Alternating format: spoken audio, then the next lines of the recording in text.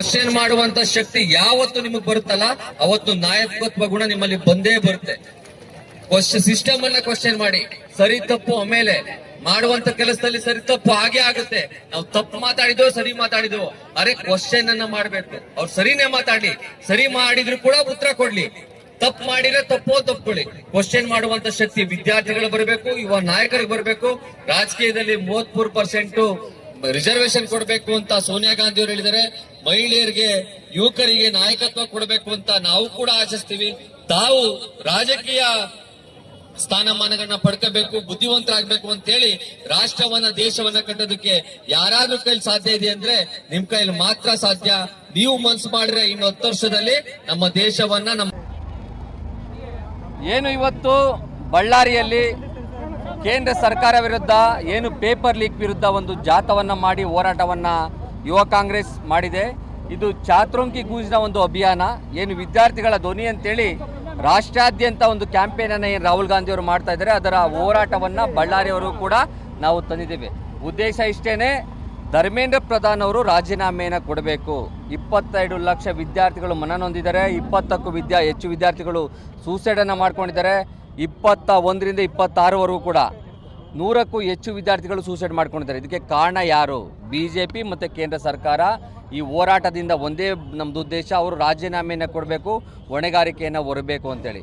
ಕೇಂದ್ರ ಸರ್ಕಾರ ಇಲ್ಲಿವರೆಗೂ ಕೂಡ ಎಷ್ಟು ವ್ಯಾಪಮಗರಣದಿಂದ ಹಿಡಿದು ಕರ್ನಾಟಕದಲ್ಲಿ BJP ಇದ್ದಾಗ PSI ಹಗರಣದಕ್ಕೂ ಕೂಡ ಉದಾಹರಣೆ KPSC ಚೇರ್ಮನನ್ನು ಸಸ್ಪೆಂಡ್ ಮಾಡಿದ್ದಾರೆ. ಇವಾಗ ಕಾರಣ ಅವ್ರ ಮಕ್ಕಳಿಗೆ ಕೆಲಸ ಕೊಟ್ಟಿದ್ದಾರೆ ಅಂತೇಳಿ. ಇಂಥ ಕೆಲಸವನ್ನು, ಇಂಥ ಫ್ರಾಡ್ ಕೆಲಸವನ್ನು ಮಾಡೋದಕ್ಕೆ ಯಾವುದಾದ್ರೂ ಒಂದು ರಾಜಕೀಯ ಪಕ್ಷ ಇದೆ, ಅದು BJP ಮಾತ್ರ.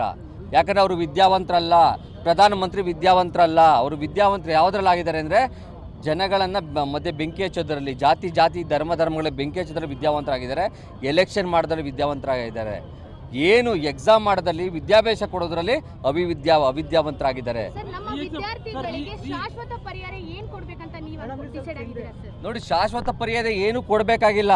ನಮ್ಮ ಕಾಯ್ದೆಗಳು ಯಾವ ರೀತಿ, ಕಾನೂನು ಯಾವ ರೀತಿ, ಅದನ್ನು ಕಾಪಾಡಿದ್ರೆ ಸಾಕು. ಅವರು ಒಂದೇ ಇರೋವಂಥದ್ದು ಸಂವಿಧಾನವನ್ನು ಹಾಳು ಮಾಡಬೇಕು, RSS ಸಂವಿಧಾನವನ್ನು ಮನುವಾದವನ್ನು ತರಬೇಕು ಅಂತ. ಅದನ್ನು ನಾವು ಬಿಡಲ್ಲ. ರಾಹುಲ್ ಗಾಂಧಿಯವರು ಆ ರೀತಿ ಆಗೋದಕ್ಕೆ ಬಿಡಲ್ಲ. ಹೋರಾಟವನ್ನು ಮಾಡೇ ಮಾಡ್ತೀವಿ. ಈ ಹೋರಾಟದಲ್ಲಿ ಗೆದ್ದೇ ಗೆಲ್ತೀವಿ. ಧರ್ಮೇಂದ್ರ ಪ್ರಧಾನ್ ಅವರು ರಾಜೀನಾಮೆ ಕೊಟ್ಟೇ ಕೊಡ್ತಾರೆ.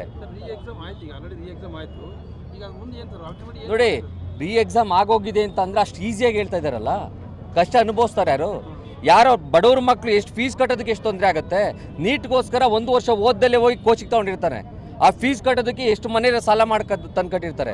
ಅದೆಲ್ಲ ಗೊತ್ತಾ? ಯಾರಿಗೂ ಗೊತ್ತಿಲ್ಲ. ಅವ್ರಿಗೆ ಯಾವುದೋ ದುಡ್ಡು ಹೊಡೆದಿರು, ಕೊಳ್ಳೆ ಹೊಡೆದಿರ್ತಾರೆ. ಮಾಫಿಯಾದವರೆಲ್ಲ BJP ಇರಲ್ಲ. ನಾರ್ತ್ ಇಂಡಿಯಾದಲ್ಲಿ ಪೇಪರ್ ಲೀಕ್ ಈಸಿ ಅವ್ರಿಗೆ. ವ್ಯಾಪಮಗರದಲ್ಲಿ 100 ಜನಕ್ಕೆ ಹೆಚ್ಚು ಸೂಸೈಡ್ ಮಾಡ್ಕೊತಾರೆ, 40 ಜನ ಕೊಲೆಗಳು ಮಾಡಿಸ್ತಾರೆ. ಇವಾಗ ಸೆಂಟ್ರಲ್ ಮಿನಿಸ್ಟರ್ ಆಗಿದ್ದಾರೆ ಹೋಗ್ಬಿಟ್ಟು ಅವರು, ಚವ್ಹಾಣ್ರವರು. ಈ ರೀತಿಯ ಕೆಲಸವನ್ನು BJP ಮಾತ್ರ ಮಾಡೋದಕ್ಕೆ ಸಾಧ್ಯ. ಇದಕ್ಕೆಲ್ಲ ಕಾರಣ ಮೋದಿಯವರು ಮತ್ತು ಧರ್ಮೇಂದ್ರ ಪ್ರಧಾನ್ ಅವರು ರಾಜೀನಾಮೆನೇ ಕೊಡಬೇಕು, ಹೊಣೆಗಾರಿಕೆನ ಹೊರಬೇಕು, ಮತ್ತು ಈ ರೀತಿ ಆಗ್ದಂಗೆ ನೋಡ್ಕೊಬೇಕು. ಅವ್ರಿಗೆ ನಾಚಿಕೆ ಆಗ್ಬೇಕ್ರಿ. ಸೈನಿಕರನ್ನು ಬಳಸ್ಕೊಂಡು ಪೇಪರ್ನ ಶಿಫ್ಟ್ ಮಾಡ್ತಾರೆ. ಅಂಥ ಪರಿಸ್ಥಿತಿಗೆ ಬಂದಿದೆ ನಮ್ಮ ಕಾನೂನು. ಅಂಥವ್ರು ಅಂದರೆ ಕಳ್ಳರನ್ನ ಮನೆ ಒಳಗೆ ಇಟ್ಕೊಂಡಿದ್ದಾರೆ. ಅವರು ಕಳ್ಳರನ್ನ ಮನೆ ಒಳಗೆ ಇಟ್ಕೊಂಡಿದ್ದಾರೆ. ಸೋಷಿಯಲ್ ಮೀಡಿಯಾದಲ್ಲಿ ಒಂದು ರೀಲ್ ನೋಡ್ತಾ ಇದ್ದೆ. ಯಾರೋ ಒಬ್ಬ ದಾನಿ ದುಡ್ಡು ಹಾಕೋದಕ್ಕೆ ರಾಮನ ದೇವಸ್ಥಾನಕ್ಕೂ ಹೇಳ್ತಾನೆ, ರಾಮ ಆಚೆ ಇಲ್ಲಿ ಹಾಕ್ಬೇಡಪ್ಪ, ತಿಂದುಬಿಡ್ತಾರೆ, ಆಚೆ ಹೋಗಿ ಭಿಕ್ಷುಕರ ಕಾರ್ಯ ಕೊಡು ಅಂತ. ಅದಕ್ಕೆ ಭಕ್ತ ಹೇಳ್ತಾನೆ, ಸಾರ್ ಗುರುಗಳೇ, ಭಿಕ್ಷು ಕೊಟ್ರೆ ಅವ್ರಿಗೂ ಟ್ಯಾಕ್ಸ್ ಹಾಕ್ಬಿಡ್ತಾರೆ ಇವರು ಅಂತ. ಅಂಥ ಪರಿಸ್ಥಿತಿಯನ್ನು ಕೇಂದ್ರ ಸರ್ಕಾರ ಮತ್ತು BJP ತಂದಿಟ್ಟಿದೆ. ಇದನ್ನು ವಿರೋಧಿಸ್ತೀವಿ.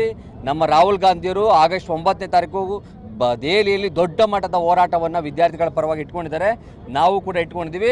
ಬೆಂಗಳೂರಲ್ಲೂ ಕೂಡ ಒಂದು ದಿವಸ ರಾಹುಲ್ ಗಾಂಧಿಯವರು ಬಂದು ಈ ಹೋರಾಟವನ್ನು ಮಾಡ್ತಾರೆ. ಅದಕ್ಕೆ ನಮ್ಮೆಲ್ಲ ಬೆಂಬಲ ಇದೆ. ನಾವು ಹೋರಾಟವನ್ನು ಮಾಡ್ತೇವೆ, ಮುಂದುವರಿಸ್ತೀವಿ. ನೀಟ್ ನೋಡಿ, ಹಕ್ಕು ಕೊಡದೇ ಇರೋ ಪರವಾಗಿಲ್ಲ. CET ನಮ್ಮಲ್ಲೇ ಇದೆಯಲ್ಲ, ನಮಗೆ ಕೊಟ್ಬಿಟ್ರೆ ಆಯ್ತಲ್ಲ.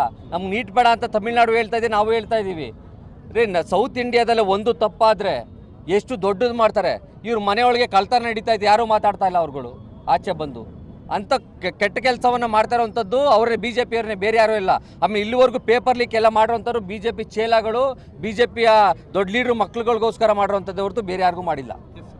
ಧನ್ಯವಾದ.